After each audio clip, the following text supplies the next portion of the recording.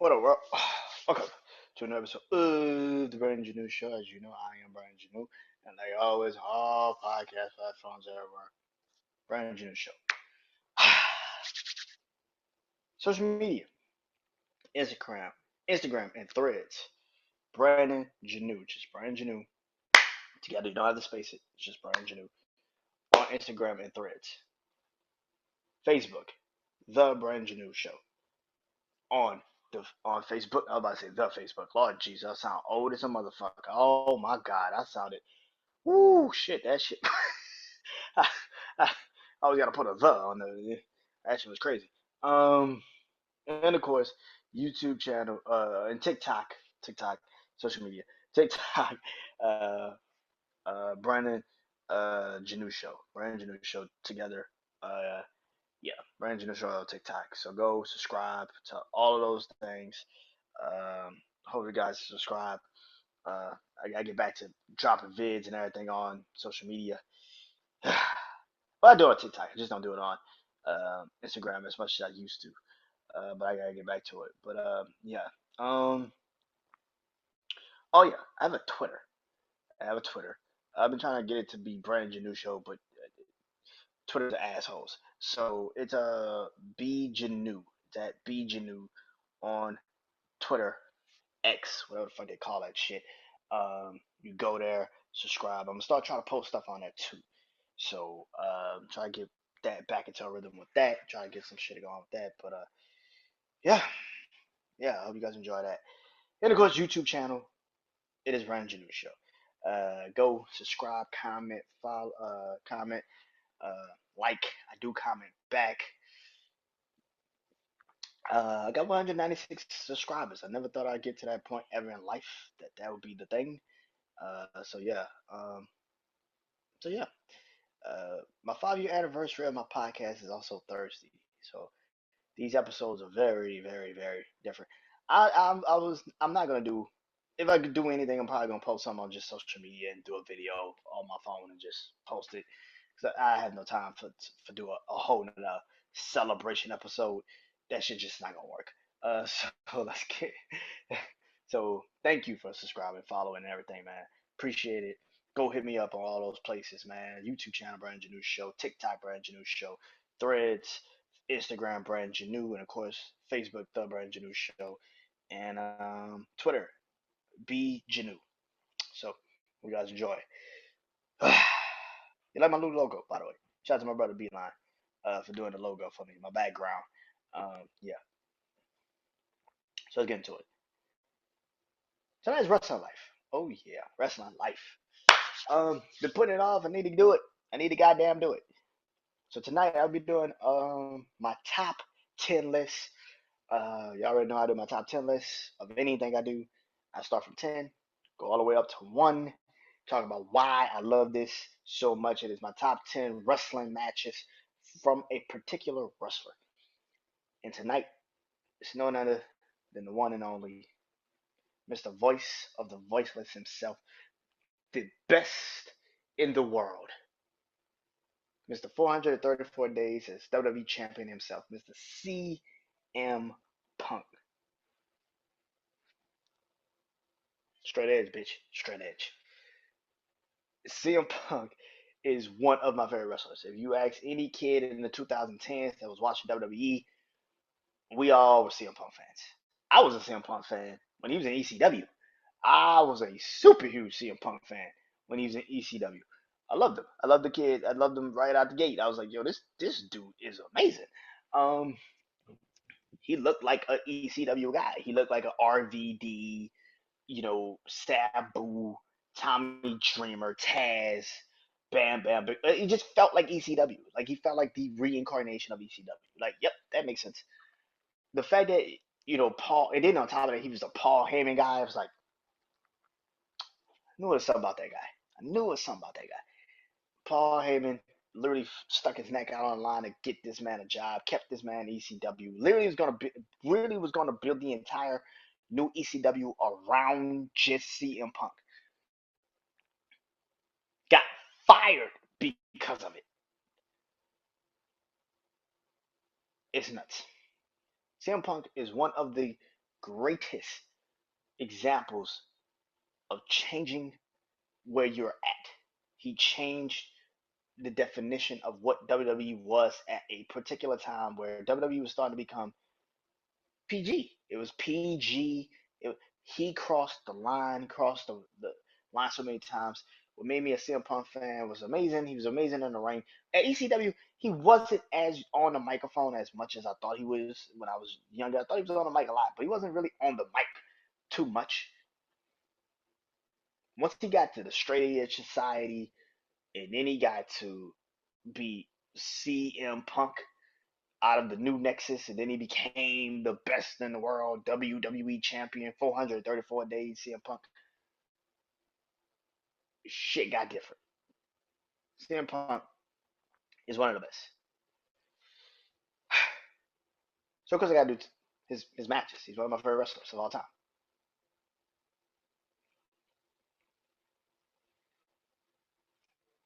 So, let's get into it. Starting off the list. At number 10,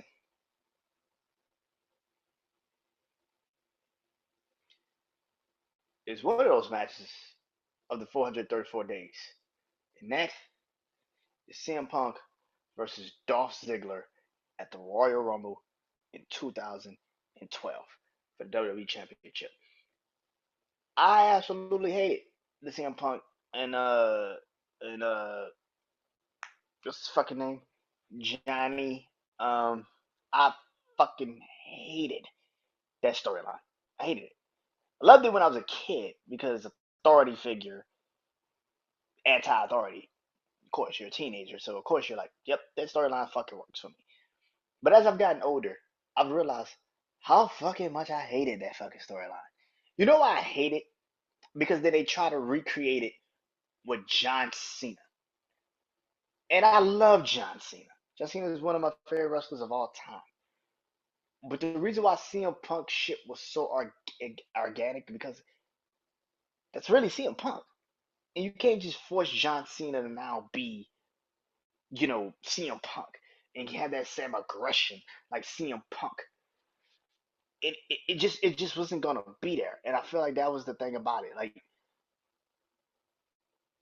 yeah, I just felt like that was a yeah, I felt like that was just a terrible way of trying to use that storyline to push that because you saw what the storyline did for CM Punk and you thought you could recreate it with John Cena.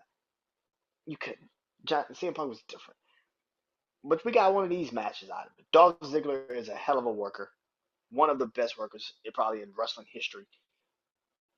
Can sell like a motherfucker.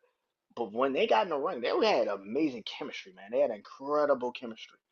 And CM Punk and Dolph Ziggler tore it down, man, at this Royal Rumble. That was an amazing match. Now, uh,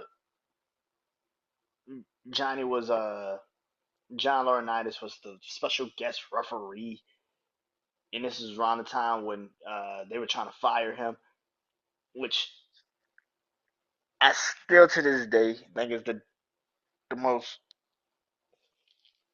god awful decision to make this man the general manager of both Raw and SmackDown. I, I still do not understand that wrestler. This man was on the cusp of getting fired. The only reason why he didn't get fired is because the Undertaker came back and challenged Triple H to a WrestleMania match. That's the fucking storyline. Like, the only reason why he didn't get fired is because the Undertaker challenged Triple H to a WrestleMania a WrestleMania match. That's when Taker cut off his fucking hair and everything. Bro, it was bad. Like, what? Yeah, John Laurinaitis storyline with the Undertaker. With CM Punk was stupid. But this match was amazing. It was incredible. I loved it. If you've never seen it, go watch it on Peacock. I don't know if it's on YouTube. It might be. I don't know, but go watch it. Coming in number 9.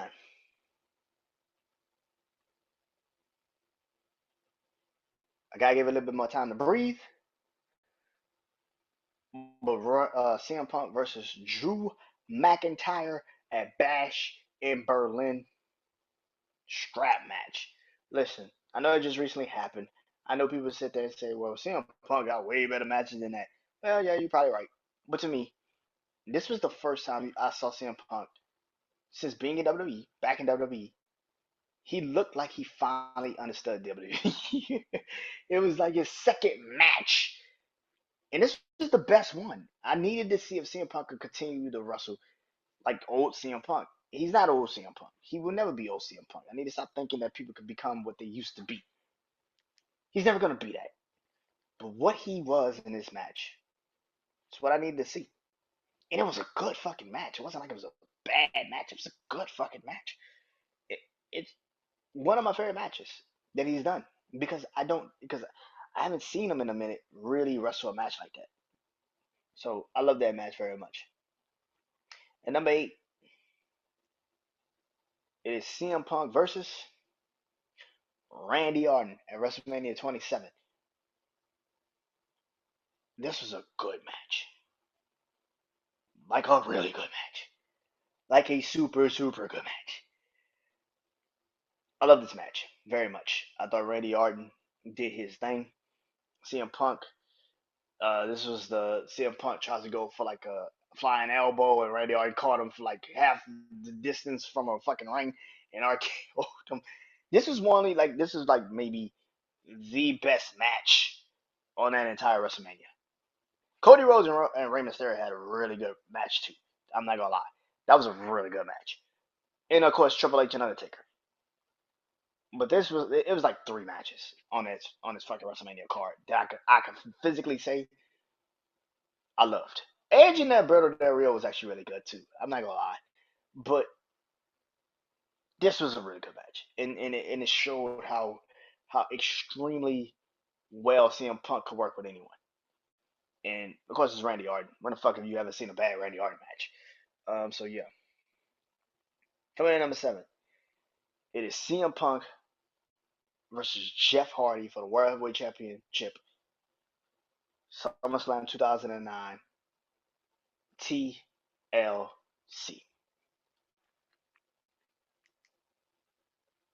I had a lot of favorite wrestlers in my life.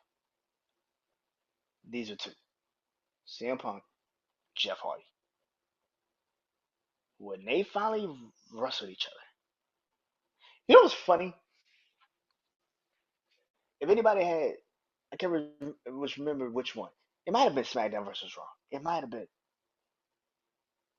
And you played in storyline mode,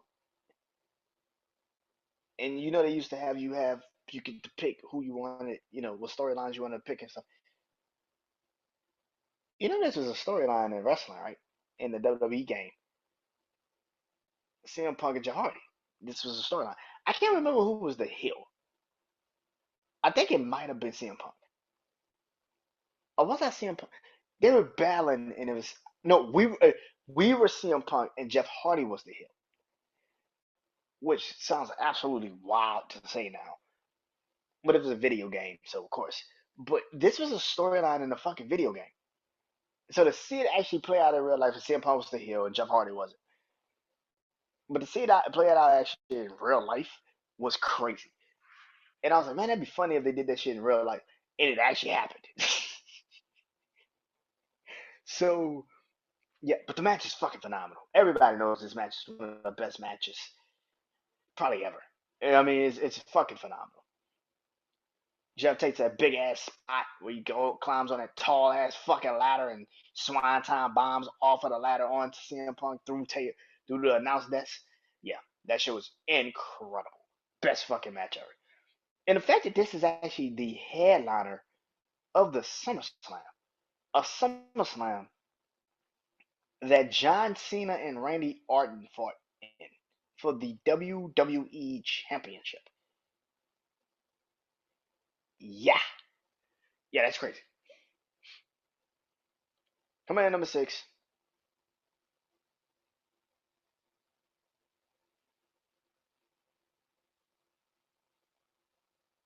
is CM Punk versus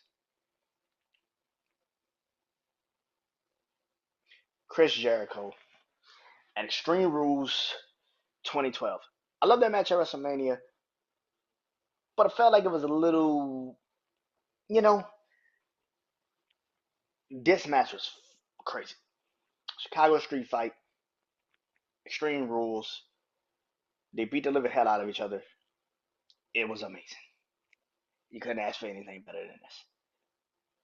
The storyline of that time, I don't get why it turned into CM Punk being straight edge and Chris Jericho trying to get him to drink, which was just fucking stupid. But whatever sells you, you know, what you need to sell. But this match was fucking phenomenal. It was a great match.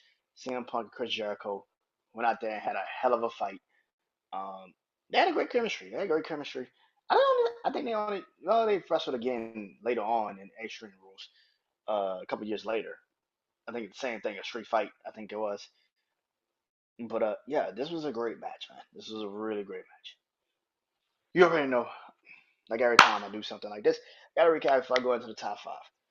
So at number 10, CM Punk versus Dolph Ziggler for the WWE Championship at the Royal Rumble 2012. Number 9, CM Punk versus Drew McIntyre, Bash in Berlin. Just recently, this in 2024. Strap match. Number 8, CM Punk versus Randy Orton at WrestleMania 27. Number 7, CM Punk versus Jeff Hardy, World Heavyweight Championship on the line in a TLC match at SummerSlam 2009. And number 6, CM Punk versus Chris Jericho for the WWE Championship, Extreme Rules, Chicago Street Fight in 2012. All right. Getting out the top five. If there's any match I can ever say CM Punk had when he came back, fully came back, after being away from wrestling for so long, this will be the match. Because at number 5, it is CM Punk versus MJF, AEW Revolution 2012 dog collar match. This was the match. This was the match that I really first time saw MJF wrestle. This was the match that I really was just invested in for CM Punk. This was the match. I love this match. Wardlow finally turned on MJF. It was like, whoa, what is going on? This was a great fucking match. If you've never seen it, I tried to pull it up on YouTube. I don't know if it's gonna be able to be on YouTube, but go find it. It's CM Punk's best match since coming back to wrestling. I mean, like seriously coming back to wrestling. This is the best match he's ever had since coming back to wrestling. Drew and him was a great match since coming back to WWE. This was the best match he had since coming back to wrestling. So yeah. Number 4, CM Punk versus Daniel Bryan, Money in a Bank 2012 for the WWE Championship. This was a no disqualification match, which is funnier than it sounds because the special guest referee, I don't know what the fuck it is with CM Punk and special guest fucking referees, but the special guest referee of this match is CM Punk's wife, like his real wife, AJ Lee. Daniel Bryan and CM Punk are incredible in the ring, individually. You put them in a ring together, 2012, CM Punk and Daniel Bryan. I'm talking about the no, no. Daniel Bryan and that CM Punk in 2012. Go ahead. As a wrestling fan, let's go. Let's go. Because that shit hit. That shit hit like nothing you've ever seen before. Them sons of bitches can wrestle. Like I said, individually, you know they can wrestle. They in the ring together? Shit was a classic. I know a lot of people love the over the limit match between them two. But like I always say, I like the weird and crazy, shit. This shit is a really good match. They beat the shit out of each other. Tables, chair, everything. It was amazing. It was an amazing fucking match. If you've never seen it, go watch it. Number 3, CM Punk versus The Undertaker at WrestleMania 29. This is right after he loses his title to The Rock at the Royal Rumble. This is right after he fought John Cena on Monday Night Raw.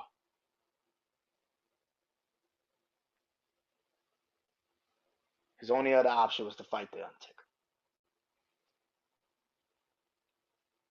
This was the first match that The Undertaker had at a WrestleMania that wasn't Triple H or Shawn Michaels in like 4 fucking WrestleManias. So the fact they gave him this task to wrestle The Undertaker with the streak on the line was amazing. Now, of course, we now know the backstory behind all of this shit, where he's like, "Yo, I was supposed to have that main event with John Cena and The Rock, and I was supposed to be in that shit, and then The Rock used his powers, and yeah, we know now what it was."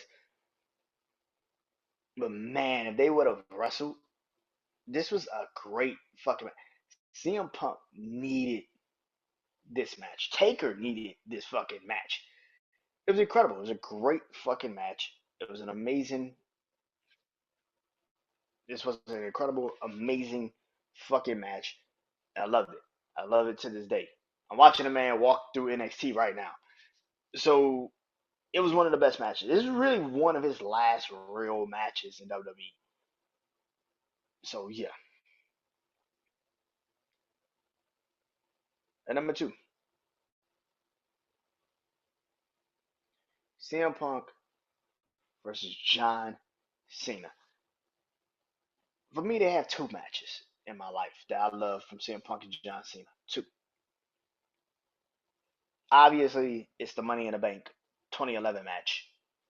Fucking phenomenal. One of the best matches of all time. But I just said it. John Cena and CM Punk on Monday Night Raw to determine who goes and faces The Rock at WrestleMania 29 for the WWE Championship. Those are the 2 matches for me. I know they had other matches, but those are the 2 matches for me. There's nothing that I've seen ever that matches those 2 matches for me. Like them 2, incredible. John needed CM Punk and CM Punk needed John Cena. They fit like hand and fucking glove. They were perfect together. And those 2 matches were perfect examples of those. You've never seen those matches. I know you probably have seen the Money in the Bank match, but if you haven't seen the Monday Night Raw match, they gave them like an hour. People forget that they gave them like a fucking hour from like the 9 to 10. Go out there and fucking wrestle. And boy, did they fucking wrestle. That was a great match. The man hit a power driver. We ain't seen a power driver since I was a kid. Watching that man had a power driver on John Cena in the middle of the motherfucking ring, and we just like, I mean, the man just really didn't do anything he needs to do to win the fucking title. We, we saw that shit. Was like, I get it. Like, what the fuck? We haven't seen a power driver since, since I was a kid in WWE. This shit was crazy, man. And at number 1, it's coming. CM Punk versus Brock Lesnar, SummerSlam 2013. This is his best match in WWE. This is their best match, both of their best matches. Well, I can't say Brock's best match in WWE, but this is CM Punk's best match in WWE. I don't give a fuck what nobody say. This was his best match in WWE. His first run in WWE, this was his best match. This was his best motherfucking match. I don't give a fuck what nobody say. To me, this was his best motherfucking match because you actually had a storyline that we all could understand, which was very simple. Paul Heyman in the middle between, and this is why when they finally see each other, and when they finally contest, and when they finally have this storyline finally play into each other, CM Punk and Roman Reigns is an easy storyline to have. Paul Heyman is literally best friends with CM Punk. Paul Heyman is loyal to Roman Reigns. You don't have to do that bullshit Brock Lesnar thing. You can just literally have it to be that. It's very simple. But this match was fucking phenomenal. If you've never seen this match, and when you actually look at that SummerSlam, it is CM Punk and Brock Lesnar on it. And then the main event was Daniel Bryan and John Cena. The main event of that SummerSlam was Daniel Bryan and John Cena. Some people say some pay-per-views are just two match cards. Yeah. And what the fuck two matches it was. That match, man, if you've never seen the Beast versus the Best, go watch that match. It's on YouTube. Go watch it. Pull it up. Because you will be like, yeah, that shit good. 30 fucking minutes of the best storytelling match I've seen in years. It's one of my favorite matches of all time. It literally is one of my favorite matches of all time. So let's recap it. At number one, CM Punk versus Brock Lesnar at SummerSlam 2013. Number two, CM Punk versus John Cena, Money in the Bank 2011, Monday Night Raw 2013. Number three, CM Punk versus The Undertaker at WrestleMania 29. Number four, CM Punk versus Daniel Bryan at Money in the Bank 2012 for the WWE Championship, no disqualification. Number five, CM Punk versus MJF AEW Revolution dog collar match. Number six, CM Punk versus Chris Jericho Extreme Rules 2012. Number seven, CM Punk versus Jeff Hardy SummerSlam 2009. Number eight, CM Punk versus Randy Orton WrestleMania 27. Number nine, CM Punk versus Drew McIntyre Bash in Berlin this year.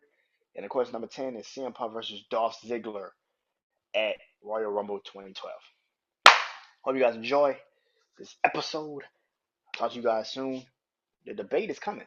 And that debate is the best in the world, CM Punk, versus the face that runs the place, Mr. Leader of the C Nation himself, John Cena. That's the next debate, wrestler versus wrestler. Can't wait. Till next time, peace.